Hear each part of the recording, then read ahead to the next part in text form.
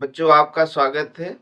हम सब बोर्ड परीक्षा 2025 के लिए महत्वपूर्ण प्रश्नों को पढ़ रहे हैं।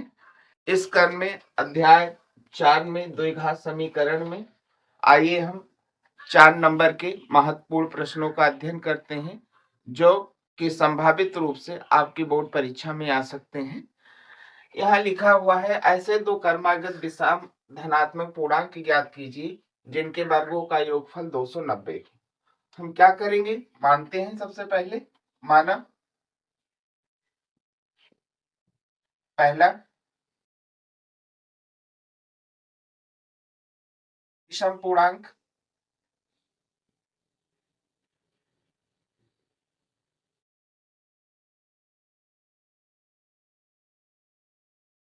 बराबर x। तब दूसरा कर्मागत, कर्मागत मतलब क्रम से आने वाला, कर्मागत विषम पूर्णांक बराबर कितना हो जाएगा, x प्लस 2 हो जाएगा। हमने ऐसा क्यों लिखा, x प्लस 2 क्यों लिखा? मान लीजिए विषम संख्या आप जानते ही हैं कि ऐसी संख्या जो 2 से भाग देने पर पूर्ण रूप से विभाजित ना हो। जैसे हमने 3 ले लिया एक x की जगह पर, और अगर हमने इसमें 1 जोड़ा तो ये क्या हो जाएगी, सम हो जाएगी। इसलिए हमको क्या जोड़ना पड़ेगा, यहाँ पर 3 में विषम लाने के लिए कर्मागत विषम दूसरा पूर्णांक लाने के लिए हमको 2 जोड़ना पड़ेगा। जैसा कि हमने यहाँ जोड़ा तो ये हमारा कितना हो जाएगा, 5। यानी 3 के बाद में कर्मागत दूसरा विषम पूर्णांक हमारा क्या होगा, 5 होगा। तो इसलिए हमने यहाँ क्या किया है, x प्लस 2 ऐड किया है। आप भी ध्यान रखना इस बात का। आइए अब हम प्रश्नानुसार चलते हैं।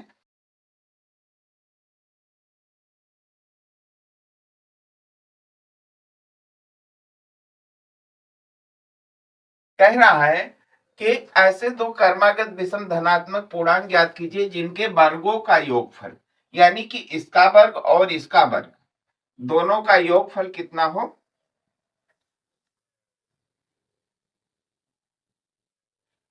290।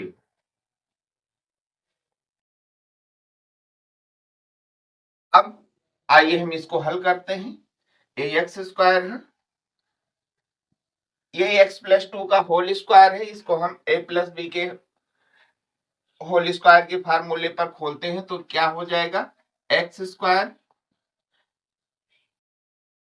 प्लस 2 का square plus 2 into x into 2 equal to 290।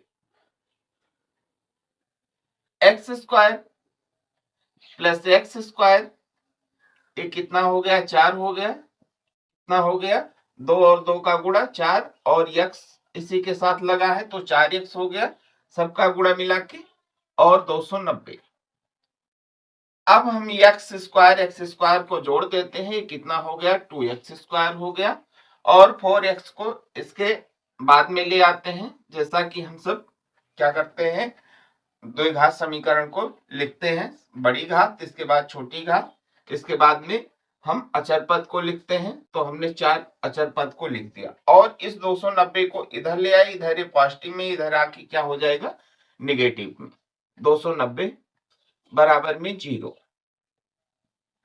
2x square plus 4x, और ये हमारा माइनस में हो जाएगा, माइनस 290 से 4 हमारा घट गया तो कितना हो जाएगा, माइनस का 286 बराबर का 0। अब हम क्या करेंगे, हम देख रहे हैं यहाँ 3 पद लिखे हुए हैं, तीनों में 2 कॉमन है, तो हम 2 से दोनों पक्षों में भाग दे देते हैं। तब हमारा ये कितना हो जाएगा, या x square plus 2x minus 0, 143 हो जाएगा हमारा। आइए अब इसका हम मध्य पद तोड़ते हैं। मध्य पद तोड़ने के लिए एक्स स्क्वायर के गुणांक का अचर पद से गुणा करते हैं, तो यहाँ 1 है, यहाँ 143 है, गुणा कितना हो जाएगा, 143 हो जाएगा। इसको हम किससे काटे, किससे कटेगा, 2 से कटेगा नहीं, 3 से भी नहीं कटेगा, 4 से भी नहीं कटेगा, ना 7 से ना 9 से, ये हमारा किससे कटेगा, 11 से कटेगा। 11 एकम 11 और 11 त्याई 33, फिर 13 13 से कटेगा। अब हम क्या करेंगे, अब हम 13 और 11, यहां पर दो संख्या प्राप्त हुई है, अगर हम 13 से 11 को घटा देते हैं तो हमारा 2x के बराबर में आ जाएगा। तो एक्स स्क्वायर प्लस 13x और माइनस का 11x माइनस का 143 बराबर का 0।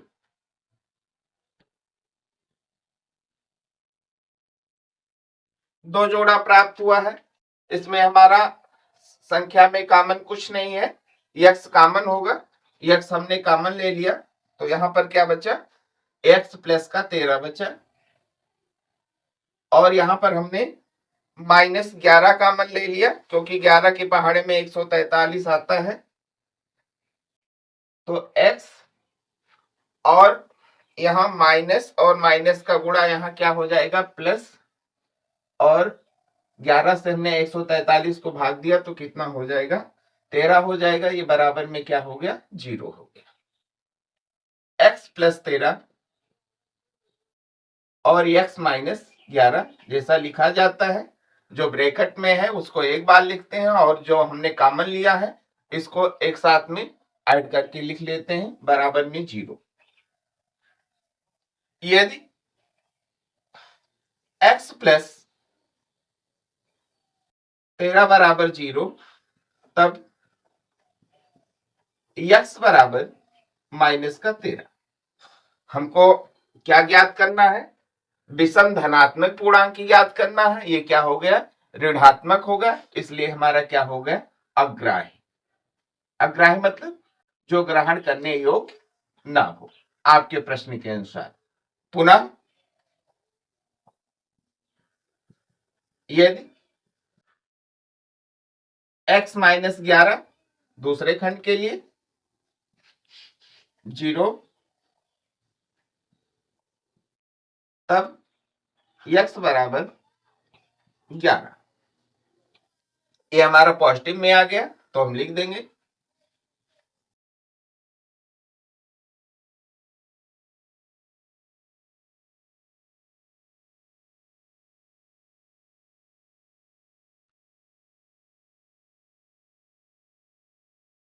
x का मान कितना है, 11, तथा दूसरा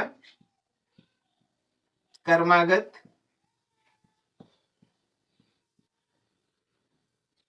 विषम पूर्णांक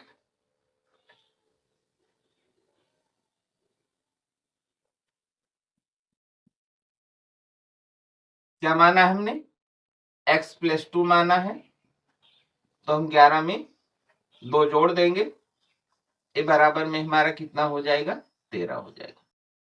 देखिए क्या आपका आंसर सही है, 11 का वर्ग कर दो 121 आ गया, 13 का वर्ग कर दो 169 हो गया, जोड़ दो 9 और 1 10, और 2 6 8 और 1 हासिल 9, और 1 1 2 290, ये 290 के बराबर में है, अतः आपका उत्तर सही है।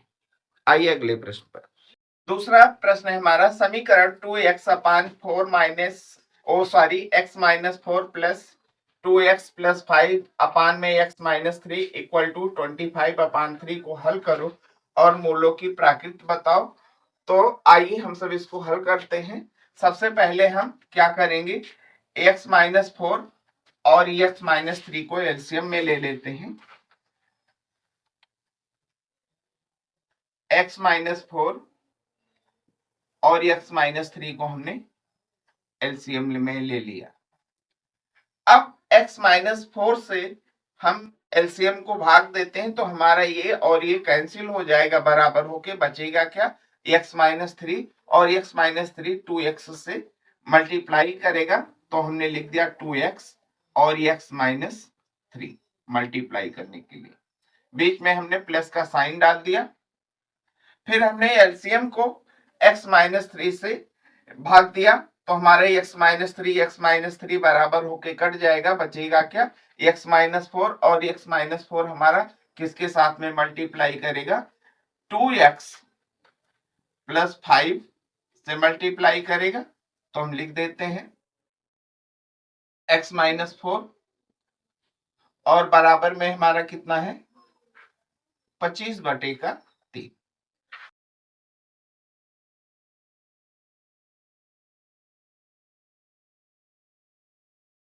अब हम मल्टीप्लाई लिखते हैं। 2x इस ब्रैकेट के अंदर मल्टीप्लाई कर रहा तो 2x ने x के साथ मल्टीप्लाई किया तो सबसे पहले प्लस यहाँ है और इसके आगे प्लस है।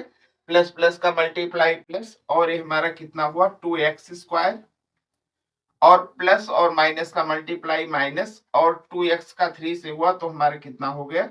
6x हो गया। अब आइए हमारा 2x प्लस 5 को मल्टीप्लाई करना है x-4 से तो आइए कर लेते हैं। 2x plus 5 multiply by x-4 हमारा कितना हो गया? 4×5 20 हो गया और माइनस प्लस का मल्टीप्लाई माइनस और 4 का 2x से हुआ तो हमारा कितना हो गया? 8x और माइनस प्लस का मल्टीप्लाई माइनस। अब हमारा x का 5 से हुआ तो हमारा क्या हो गया? 5x हो गया और प्लस प्लस का प्लस हुआ और 2x का x से हुआ तो हमारा क्या हो गया? 2x² हो गया। 2x² और माइनस का 3x और माइनस का 20 हम यहां लिख देते हैं। 2x² माइनस 3x माइनस 20 और हम नीचे भी मल्टीप्लाई कर लेते हैं। x-4 मल्टीप्लाई बाई x-3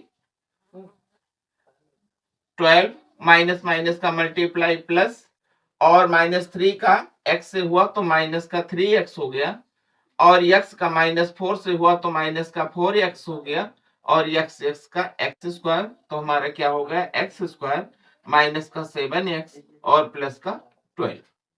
इसका मल्टीप्लाई हम यहां लिख देते हैं। x² minus 7x plus 12 equal to में 25/3। अब हम इसको इकट्ठा कर लेते हैं जो समान घाते हैं तो 2x² और 2x² हमारा कितना हो गया? 4x² हो गया और -6x और -3x हमारा कितना हो गया? माइनस का 9x हो गया और हमारा माइनस का कितना हो गया? 20 हो गया अपान में x² माइनस 7x प्लस में 12 इक्वल टू 25/3। अब हम क्या करेंगे? अब क्रॉस मल्टीप्लाई करेंगे तो 3 से हमारा 4x² का मल्टीप्लाई हुआ तो ये 12x² हो गया। इसके आगे प्लस है, इसके आगे प्लस है तो प्लस प्लस का गुणा इसके आगे प्लस ही होगा। फिर हमारा प्लस और माइनस का गुणा माइनस हो गया और 3 का गुणा हमारा किससे हुआ? 9 से हुआ तो कितना हो गया? 27x हो गया और फिर प्लस माइनस का गुणा माइनस से कितना हो गया? 60 हो गया और 25 का गुणा इससे हुआ तो 25x² हो गया और फिर 25 का गुणा हमारा ये प्लस माइनस का गुणा हमने किया तो ये हमारा 175 हो गया। 175x हो गया और फिर प्लस प्लस का गुणा प्लस और 25 का गुणा 12 से हुआ तो 250 हो गया। अब हम इसको एक पक्ष में कर लेते हैं। ये हमारा कितना हो जाएगा? 12x²। इधर से आया तो माइनस का हमारा क्या हो जाएगा? 25x² माइनस का 27x लिख देते हैं और इसकी समान घात इधर से लाते हैं तो प्लस का हमारा क्या हो जाएगा? 175x हो जाएगा और फिर इधर का हम अचल पद लिखते हैं माइनस का 60 और इधर से लेके आए तो हमारा माइनस का 250 हो गया। इधर कुछ नहीं बचा तो इधर हम 0 लगा देते हैं। अब हम -25x² से प्लस का 12x स्क्वायर हमने सब्ट्रैक्ट कर दिया, घटा दिया, तो हमारा कितना हो जाएगा, माइनस का 13x², और ये प्लस माइनस हुआ हमारा तो ये घटेगा। 175 से हम 27 निकालते हैं। सबसे पहले चिन्ह देखते हैं, प्लस का लगाएंगे क्योंकि प्लस का हमारा पूर्णांक बड़ा है तो प्लस लगा दिया, और 175 से 27 निकाला तो हमारा 8 हो गया। 15 से 7 गए 8, और यहाँ 6 बचे, 6 से 2 गया 4 और 1, और हमारा x हो गया। यहाँ -60 और -250 मिलके कितना हो गया, माइनस का 310 और बराबर का 0 हो गया। यहाँ हम देख रहे हैं माइनस का साइन आगे आ रहा है, माइनस का साइन हमको हटा देना चाहिए, तो हम क्या कर देते हैं, दोनों पक्षों में माइनस से भाग दे देते हैं, तब हमारा कितना हो जाएगा, या हम या लगा के, क्योंकि हम परिवर्तन कर रहे हैं, माइनस का चिन्ह हटा रहे हैं, तो हमारा कितना हो जाएगा, 13x², क्योंकि यहाँ बटे में अगर हम माइनस करेंगे तो माइनस माइनस कट जाएगा, और यहाँ प्लस है बटे में माइनस करेंगे तो माइनस हो जाएगा, -148x, और ये हमारा क्या हो जाएगा, प्लस का 310 बराबर में 0। मूलों की प्राकृत पूछ रहा है तो हम इसकी क्या करेंगे, सर्वव्यापक समीकरण से तुलना करेंगे।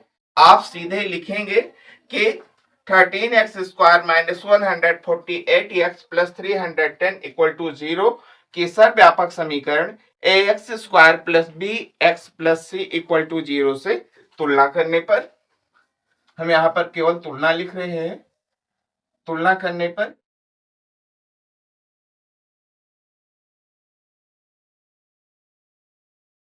ये इक्वल टू हमारा कितना हो गया, 13 हो गया, b इक्वल टू हमारा 148 हो गया, और c इक्वल टू हमारा 310। आइए अब a, b और c के मान को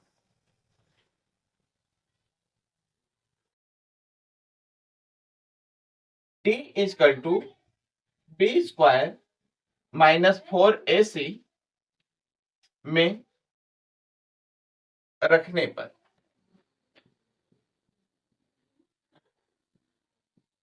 मान को हम रख दें, हमको d निकालना पड़ेगा, विविक्तिकर निकालना पड़ेगा, और विविक्तिकर से हमको पता चलेगा कि विविक्तिकर हमारा 0 के बराबर में है, या 0 से बड़ा है, या 0 से छोटा है। तो आइए हम मान रखते हैं, b का मान कितना है, माइनस का 148 का होल स्क्वायर मैंने कर दिया 4, a का मान हमारा कितना है 13, और c का मान हमारा कितना है 310। -148 गुणे -148 हमारा 21,904 हो जाएगा, और हम इसका गुणा करेंगे, 4 का 13 से किए तो 52 हो गया, और 52 और गुणे 310 हमारा 16,120 हो जाएगा। अब हम क्या करेंगे, इससे हम इसको घटा देते हैं, घटाते हैं, देखो बड़ी बड़ी यूनिट हमारी ये है, तो 4 से 0 गए तो कितना हो गया 4, और यहाँ 0 से 2 जाएगा नहीं, यहां से 1 हासिल लिए 10 हो गया, 10 से 2 गया कितना हो गया 8 हो गया, और यहाँ कितना बचा 8 बचा, और 8 से 1 गया 7 हो गया, और अब 1 से 6 नहीं जाएगा, इधर से हम 1 हासिल लेंगे 11 होगा, 11 से 6 गया 5, और 1 से 1 गया कुछ नहीं। डी बराबर हमारा कितना हो गया 5784, यानी डी का मान 0 से बड़ा है। तो हमने आपको फार्मूला में बताया था कि यह डी 0 से बड़ा होगा तो इसके दो भिन्न भिन्न वास्तविक मूल होंगे। तो हम इसका उत्तर यहाँ पर दे देंगे, मूलों की प्राकृत बताओ, तो लिख देंगे कि यहाँ डी ग्रेटर देन 0, इसलिए दी गई द्विघात समीकरण द्विघात समीकरण के दो भिन्न भिन्न, मतलब दो अलग अलग मूल होंगे, दो भिन्न भिन्न वास्तविक मूल होंगे।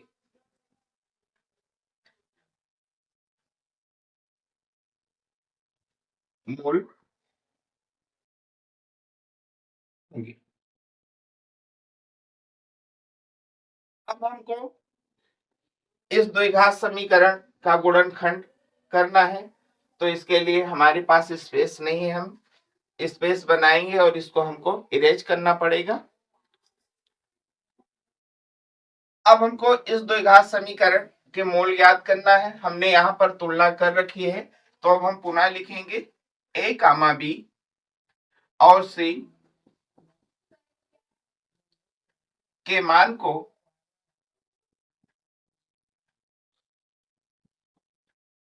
द्विघाती सूत्र या श्रीधराचार्य सूत्र पर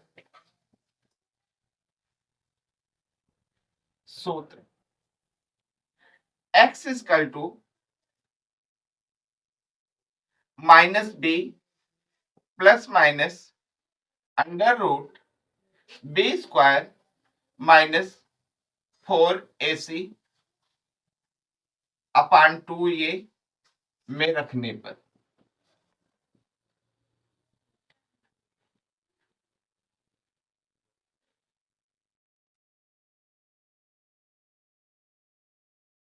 b का मान कितना है, माइनस का 148 से माइनस का चिन्ह पहले से है, तो माइनस और माइनस का 148 उसको हमने ब्रैकेट में रखा क्योंकि माइनस माइनस का गुणा करवाना है, फिर प्लस माइनस और बी स्क्वायर माइनस 4ac का मान हमने अभी यहाँ पर कितना निकाला है, 5784, इसलिए हम इसको सीधे अंडर रूट में लिख देते हैं 5784, और ये 2 और ये का मान कितना है, 13 है। ये हमारा माइनस माइनस प्लस हो गया, प्लस का 148 हो गया, और प्लस माइनस इसका हम वर्गमूल निकालेंगे, देखते हैं इसका वर्गमूल हमारा पूर्ण वर्ग होगा या नहीं होगा। तो ये इसका वर्गमूल हमारा पूर्ण वर्ग नहीं होगा, इसका वर्गमूल हमारा आइए निकाल लेते हैं। हमने 5784 का अभाज्य गुणनखंड किया, क्योंकि ये पूर्ण वर्ग संख्या नहीं है इसलिए अभाज्य गुणनखंड के द्वारा हम इसको, ये तो यहाँ पर हमारे ये 2 बार 2 से कटा, इसका मतलब ये हो गया कि 2 बाहर हो गया, लेकिन अंडर रूट में हमारा 11 और 131 इनका जोड़ा नहीं बन रहा है, मतलब इन दोनों का गुणनखंड 1441 हमारा ब्रेक अंडर रूट के अंदर रह गया, तो इसको हम लिख देंगे 1441 और बटे का 26। देखिए यहां से कटेगा ये हमारा, काटने की हम कोशिश करते हैं, किससे कटेगा, 2 से काट दो तो हमारा हो जाएगा, ये कट गया, हो गया, और 2 से ये भी कट गया तो 13, और ये कितना हो गया, 7 हो गया, और फिर हमारा कितना हो गया, 4 हो गया। अब 74 और 13 हमारा कटेगा नहीं, हमारा कितना हो गया, 74 प्लस माइनस अंडर रूट 1441 और बटे का 13, ये किसका मान निकल रहा है, हमारा यक्स का मान निकल रहा है। अब एक बार हम धन चिन्ह ले, एक बार हम ऋण चिन्ह ले, तो हम लिखेंगे धन चिन्ह लेने पर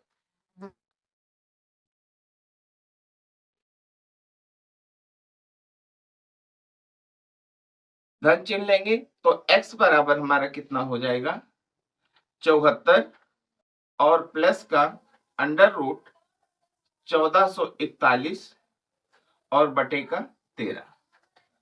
अब हम क्या करते हैं, ऋण चिन्ह ले लेते हैं। ऋण चिन्ह लेने पर